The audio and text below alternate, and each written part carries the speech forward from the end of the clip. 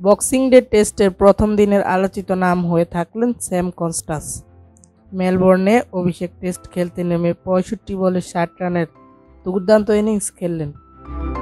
এদিন অন্য কারণেও আলোচনায় অস্ট্রেলিয়ার এই ব্যাটার, কারণ এই ক্রিকেটারকে ইচ্ছাকৃতভাবে ধাক্কা মেরে সমালোচনার মুখে পড়েছেন ভারতীয় ক্রিকেটার বিরাট কোহলি।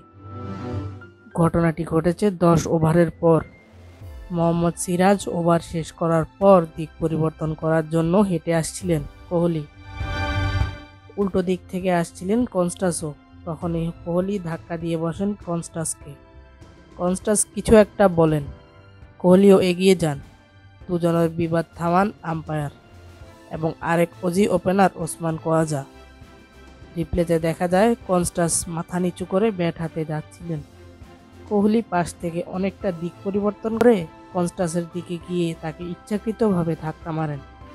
ধারাভাষ্যকার মাইকেল ভন বলেছিলেন, কনস্টাসকে উত্তেজিত করার জন্যই এ কাজ করেছেন কোহলি।